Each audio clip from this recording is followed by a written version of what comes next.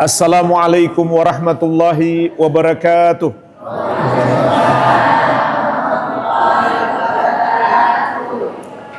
Alhamdulillahi rabbil alamin.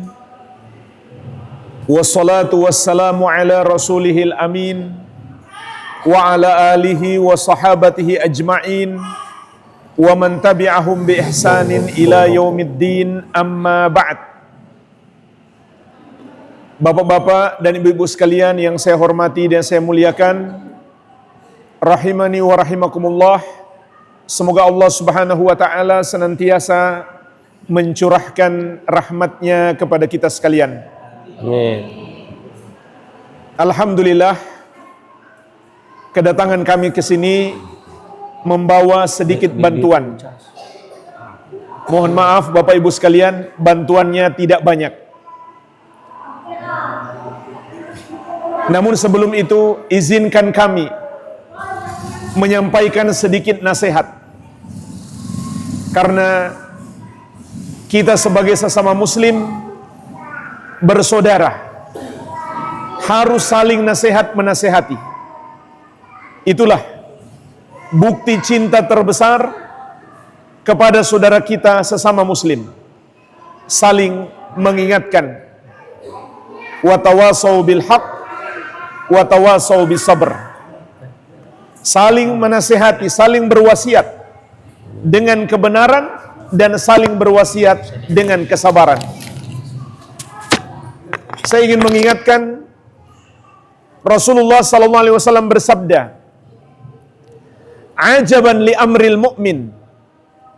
Sungguh mengagumkan urusan hidup orang yang beriman itu. Inna amrahu kullahu khair. Sesungguhnya setiap urusan hidup orang yang beriman adalah kebaikan. Walaysa dzalika li ahadin illa lil mu'min. Dan tidaklah seluruh kebaikan ini dimiliki oleh seseorang kecuali dia orang yang beriman.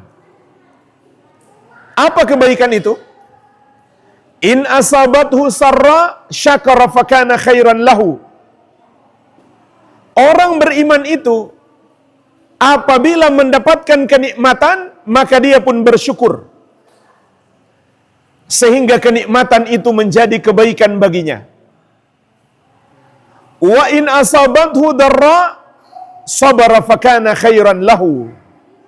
Dan orang beriman itu apabila ditimpa musibah, maka dia pun bersabar sehingga musibah itu menjadi kebaikan baginya.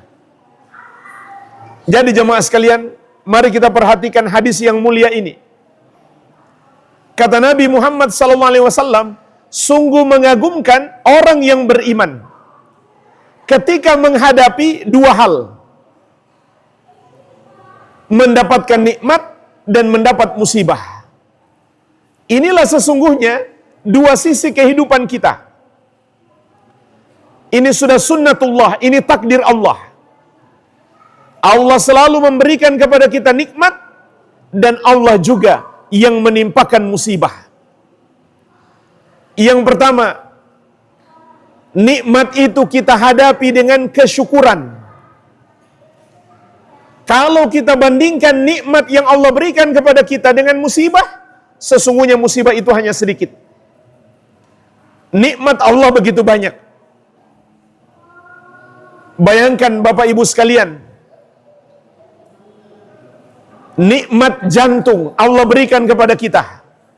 Ada nggak yang mau jual jantungnya? Ditawar 10 miliar, mau nggak dijual? Tidak ada. Satu nikmat jantung saja kita nggak sanggup hitung berapa nilainya. Nikmat dua mata, nikmat dua telinga, nikmat nafas. Kalau kita hitung semuanya, nggak sanggup kita hitung. Sampai Allah menegaskan, wa in ta'uddu ni'matallahi la tuhsuha. Andai kalian menghitung nikmat Allah, kalian tidak akan sanggup menghitungnya. Namun Nabi Muhammad SAW mengingatkan kita, nikmat yang Allah berikan ini belum menjadi kebaikan. Kapan menjadi kebaikan? Kalau kita bersyukur. Kalau kita nggak bersyukur, justru nikmat itu akan menjadi musibah. Karena Allah Subhanahu wa taala mengingatkan, la in syakartum la azidannakum wa la in kafartum inna azabi lasyadid. Kalau kamu bersyukur, maka sungguh benar-benar akan kutambah nikmatku. Tapi kalau kamu ingkar, kamu tidak bersyukur, maka sungguh azabku sangatlah pedih. Jadi Bapak Ibu sekalian, nikmat yang Allah berikan, kalau kita nggak bersyukur, akan berubah menjadi azab Allah. Tapi kalau kita bersyukur, Allah akan tambahkan nikmat itu. Pertanyaannya Bapak Ibu sekalian, bagaimana caranya bersyukur? Bersyukur itu adalah dengan mengamalkan perintah Allah dan menjauhi larangan Allah. Itu hakikat orang yang bersyukur. Allah perintahkan kepadanya untuk melakukan solat, maka dia jaga solat 5 waktu. Bapak Ibu sekalian, Allah Subhanahu wa taala mengingatkan kepada kita secara khusus, wasta'inu bis-sabri was-salah. Minta tolonglah kamu kepada Allah dengan sabar dan solat. Sabar dan solat ini adalah 2 amalan yang dengannya Allah akan menolong kita. Bahkan lebih daripada itu, solat 5 waktu adalah penentu baik atau buruk seluruh amalan kita. Rasulullah SAW bersabda, awwalu ma yuhasabu bihil abdu yaumal qiyamati min amalihi salatuhu. Amalan pertama seorang hamba yang akan diadili kelak di hari kiamat adalah solatnya. In salahat salahat sairu amalihi wa in fasadat fasada sairu amalihi.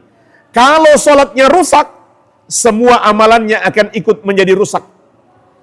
Tapi kalau solatnya baik, maka seluruh amalannya akan ikut menjadi baik.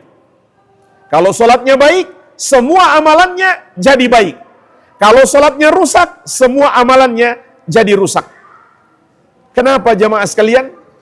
Karena Allah Subhanahu wa taala mengatakan, inna sholata tanha anil fahsya'i wal munkar. Sesungguhnya solat itu mencegah dari perbuatan keji dan mungkar. Jadi orang yang bersyukur adalah yang menjalankan perintah Allah, terutama perintah solat 5 waktu, perintah puasa, perintah berzakat, perintah berhaji dan umrah, dan semua perintah-perintah Allah. Begitu pula orang yang bersyukur adalah orang yang menjauhi larangan Allah, menjauhi zina, menjauhi riba, menjauhi khamar, menjauhi perjudian. Itulah orang yang bersyukur. Dia jalankan perintah-perintah Allah dan dia jauhi larangan Allah. Dan ketahuilah Bapak Ibu sekalian, perintah Allah yang terbesar adalah mentauhidkan Allah Subhanahu wa taala, yaitu kita menyembah hanya kepada Allah yang satu saja. Termasuk penyembahan itu adalah berdoa. Tidak boleh kita berdoa kepada selain Allah, karena Allah melarang. Allah Subhanahu wa taala berfirman, "Wala tad'u min dunillahi ma la yanfa'uka wa la yadurruk, fa in fa'alta fa innaka idzam minadh dhalimin."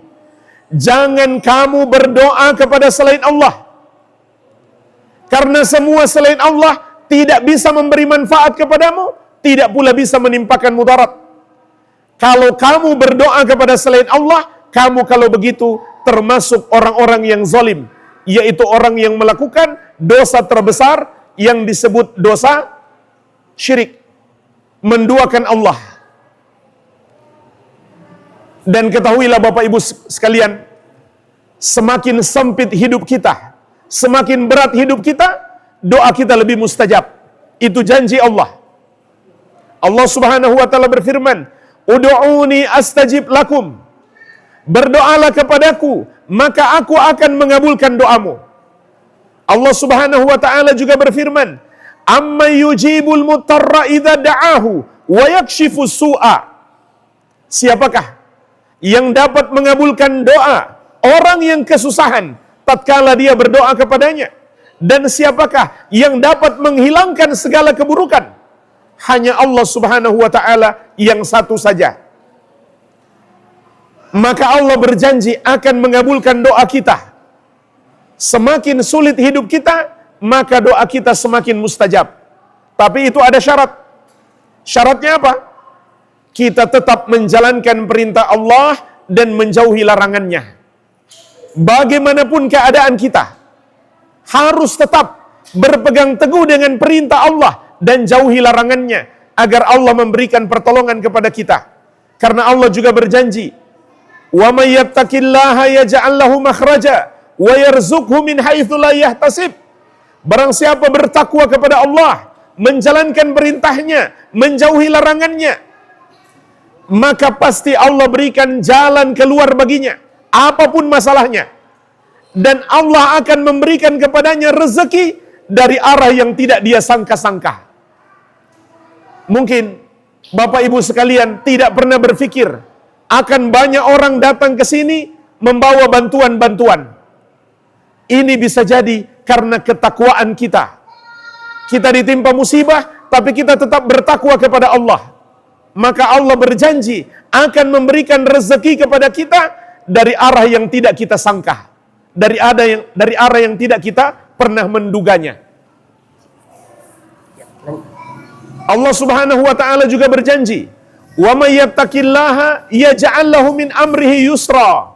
Barang siapa bertakwa kepada Allah, maka Allah akan memudahkan urusannya.